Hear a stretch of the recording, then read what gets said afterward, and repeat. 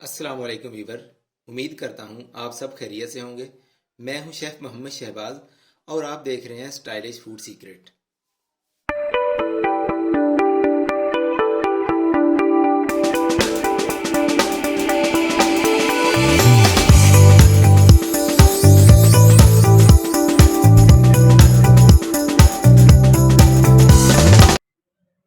आज एक नई रेसिपी के साथ हाज़िर हो चुके हैं। नमक पारे की रेसिपी लेकर आए हैं जो कि बिल्कुल आसान होगी। चीज़ों को कैसे और कितनी मिकदार में इस्तेमाल करना है साथ साथ बताते रहेंगे।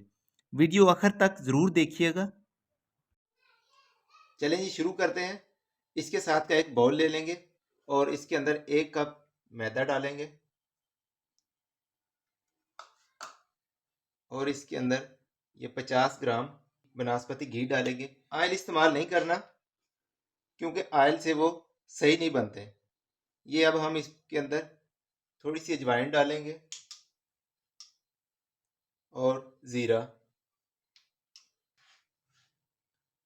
थोड़ा सा नमक। मिकदार का ख़ास ख्याल रखना है। 1 कप मैदा है और 50 ग्राम इसमें घी डलेगा और इसे हाथ से अच्छी तरह आपने मिक्स कर लेना है।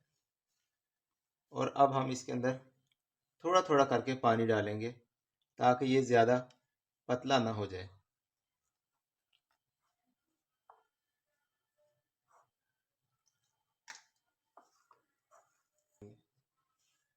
एक साथ पानी नहीं डालना, पानी बिल्कुल थोड़ा थोड़ा करके डालना है ताकि मैदा पतला ना हो जाए।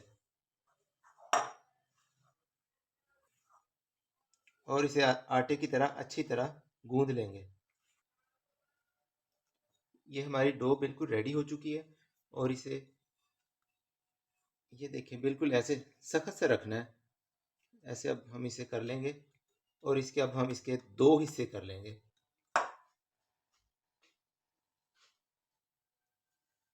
इसके अब हम 2 हिस्से कर लेते हैं और इसके ऐसे पेड़े बना लेते हैं। और पेड़े बनाने के बाद इन्हें तकरीबन आधा घंटा के लिए रेस्ट दे देंगे ताकि ये फिर अच्छी तरह जो है इनके नमक पारे बन सकते हैं।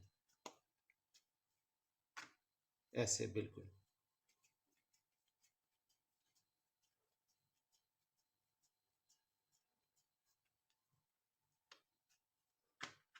अब हम इन्हें आधा घंटा के लिए कवर करके रख देंगे।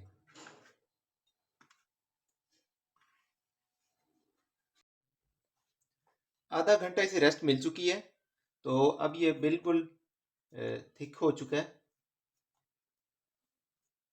अब हम इसे साइड पे कर देते हैं। इस बेलन के ऊपर अब हम इसे ऐसे रोटी की तरह कर लेंगे और नीचे थोड़ा सा एक साइड पे खुश्क मैदा लगा लेंगे।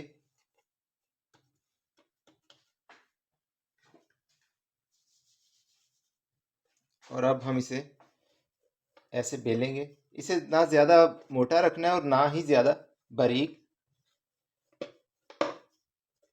ये नहीं भी हमने इसे बिल्कुल गोल ही रखना है, आप जैसे भी कर सकते हैं, कोई मसला नहीं है इसका।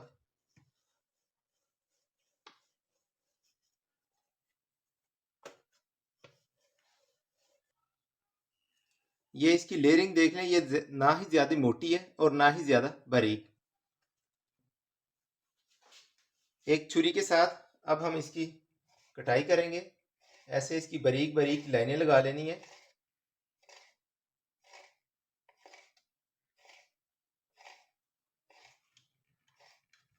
और दूसरी साइड पे आपने टेपर की शक्ल में इसे काटना है।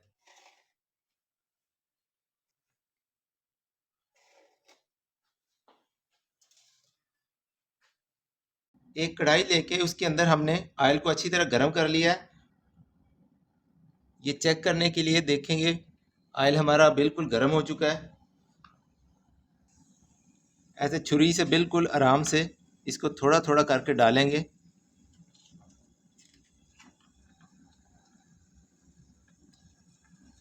ताकि हाथ ना जल जाए।